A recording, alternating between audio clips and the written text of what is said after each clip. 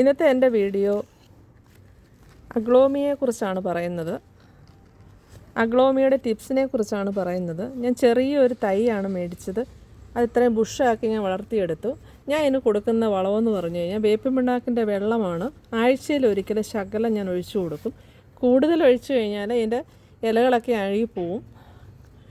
അതുകൊണ്ട് നല്ല കെയർ ഉണ്ടെങ്കിൽ മാത്രമേ ഈ അഗ്ലോമിയ നമുക്ക് ഇത്രയും ബുഷാക്കി എടുക്കാൻ പറ്റത്തുള്ളൂ.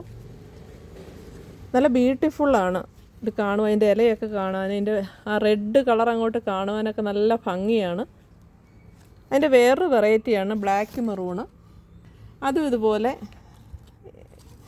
ഇതുപോലെയാണ് അതിൻ്റെ പരിചരണം കൊടുക്കുന്നത്. അതിൻ്റെ കുറച്ച് തൈകളൊക്കെ ഉണ്ടായിരുന്നു, അതെല്ലാം ഞാൻ സെയിൽ ചെയ്തു.